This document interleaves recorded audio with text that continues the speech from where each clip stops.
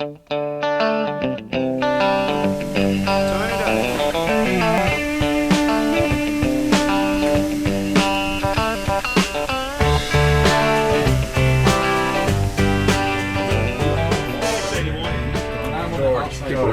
to get all these trains out, in, back.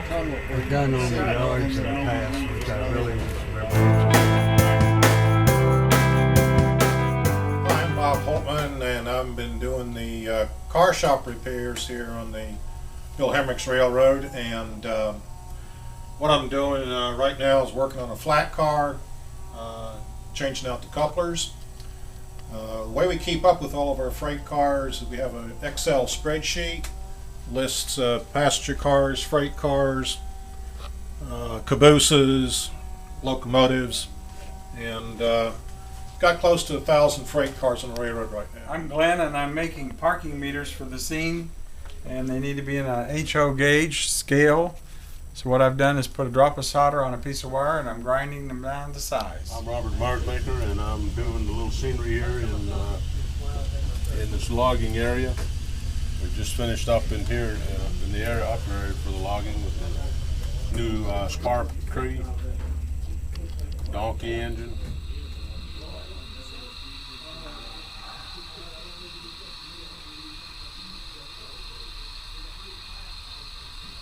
Hi, I'm Dan Cole, and I'm helping on the scenery today. We're working on a log pond, and this is probably the end of the standard gauge on the branch line and starting of the narrow gauge section. Robert and I decided we needed some narrow gauge over here, so this is a narrow gauge section from this log pond all the way down here to the end of the doorway there.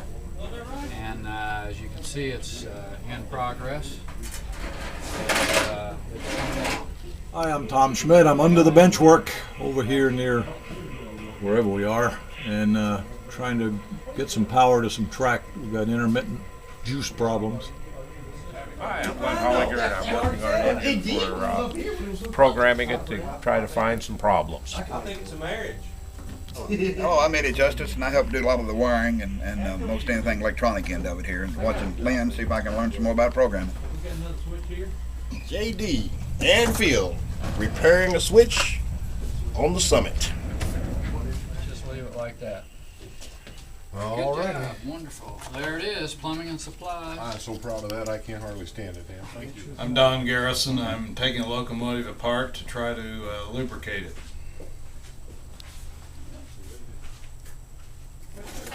Okay, I'm Wayne Fry. I'm working on the coal mine today. I'm gonna maybe ballast a little track. This is where people sit who haven't got anything to do, and they come in and eat and sit and rest between running trains and just relax. This is also where we meet for the orientation time, just usually 15 minutes before an operating session. I am right now preparing train cards for the various trains that will be running on the layout, giving them specific instructions on what they have to do. Okay. All right, That'd be good. train another one. Yep. I need 2 additional folks to work with Ron in San Bernardino to run the locals. What the dispatch panel is doing is I'm able to assign trains and crews, and as you assign a train to the layout, what you'll do is you'll also assign a crew to it who's the engineer, and assign that number to this train, and the system will allow you to follow this train along the route as it traverses the layout out here.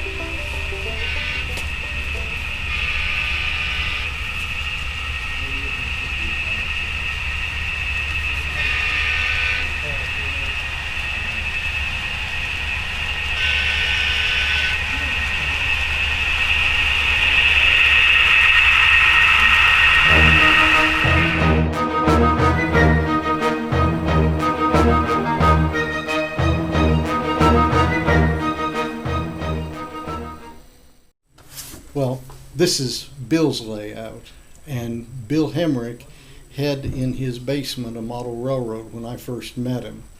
And the railroad was Southern Pacific, Union Pacific, and Santa Fe, because those were the trains and the locomotives that he thought was pretty and that he particularly bought so that they would look good on his railroad.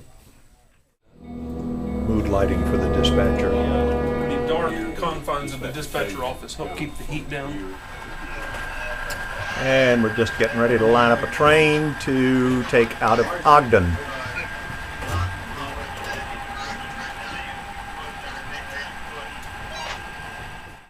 We decided Southern California was the appropriate place, and probably Cajon Pass, since all three railroads went through Cajon.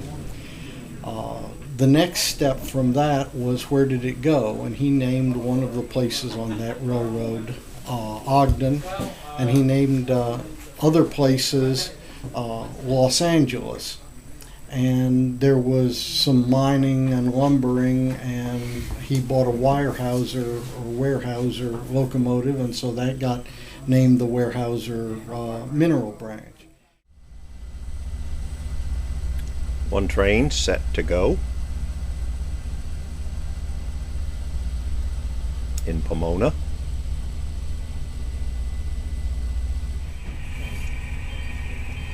You're all set. Okay.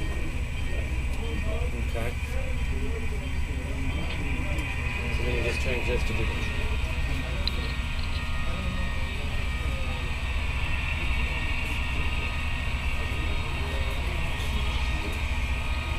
Should I throw it back to mainline when I get through? Yes. Yeah, always.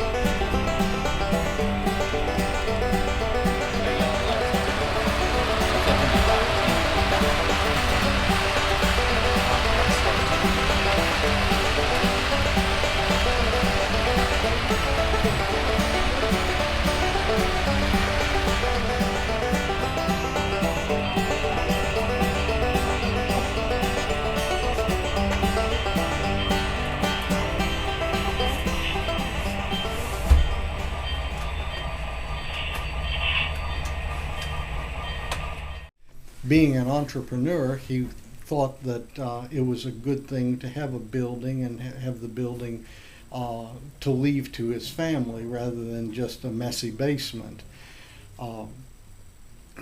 So for about a year, the building was under construction, and he and some of his friends built cars and collected cars together and built buildings and bought buildings that were already built without any particular idea of what he wanted to do.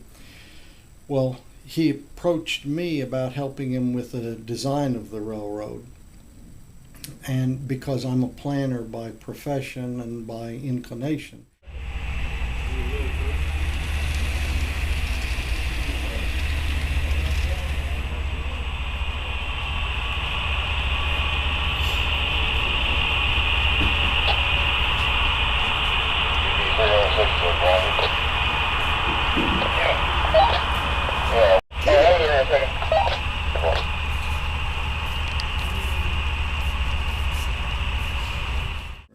He wanted a railroad that would go from one place to another through scenery and be representational. I am classifying cars for the various local industries that Tom will deliver and then pick up anything they have as he brings it back. He's headed out for Nabisco Elevator right now with 3 inbounds I have for them. He'll bring them back.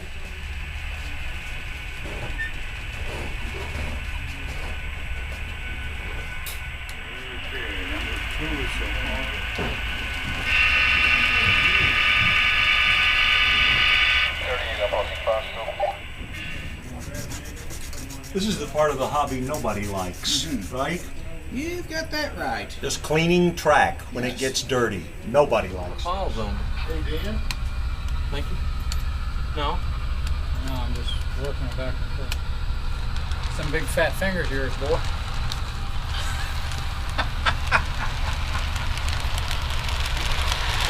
Outside of that, what else is wrong? Top. Up in there? Yeah. Oh boy. We have a lost engine. Every model railroader's dream. In the toughest part of the entire layout. In there and go get it. I'm cleaning track on the branch line. A fun job.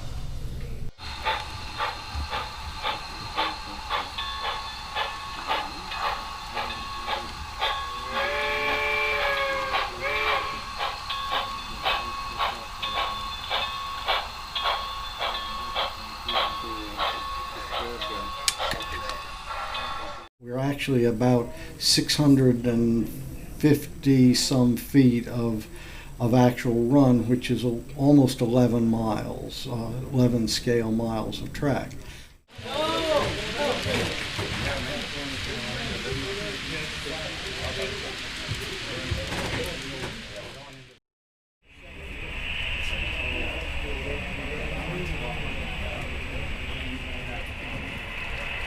I need to cut this last one out of there, George. No, okay, I'll stay. I need to put this one out. Let it stay. Okay. This is Fred Huss gambling away his life savings in Las Vegas. Good Joe, go back to Maine. Never happened.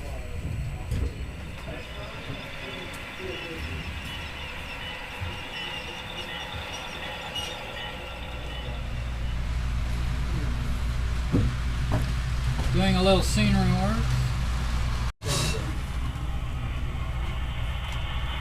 Deafness. We're like deaf. It's right over here at Hesperia, and right here. Here we are in Barstow.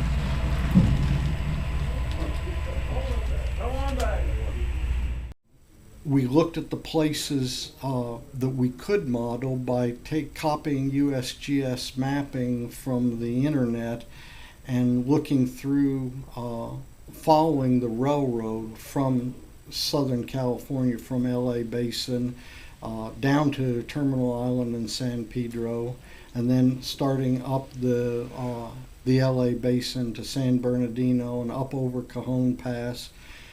Meanwhile, we were learning where the railroads actually went, and approached Bill and said, well, you know, Cajon Pass is really Santa Fe territory. Do you want to model the Santa Fe? And he said no, he wanted to model the Union Pacific, and we wouldn't necessarily have to keep the traffic balanced as it really was. We could emphasize the Union Pacific.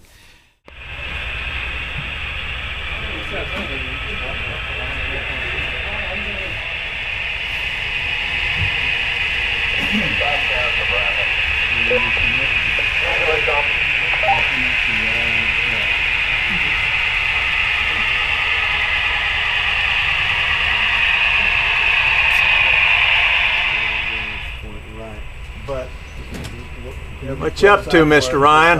In the other direction. Stuff ready. If I can't get some more cars out here.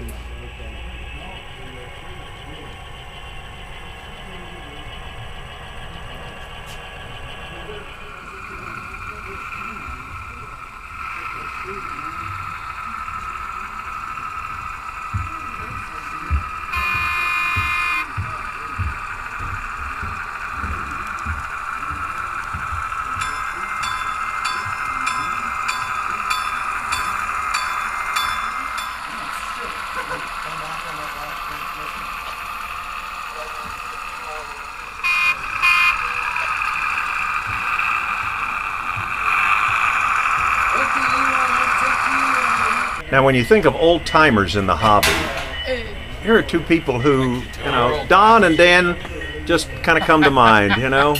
Just looking for repentance. That's right. But you'll notice they all have Learning their, about the law. still have all their own teeth. Hi, I'm Sandy Cole. Hi, I'm Rose Bulock. Just to show you this hobby is inclusive, yes, women make the men look good, as usual. You just wait till I come to your running sessions. There we go. Okay, this is 2.5 feet between the rails. That one down there is 3 feet between the rails, and then this is 2.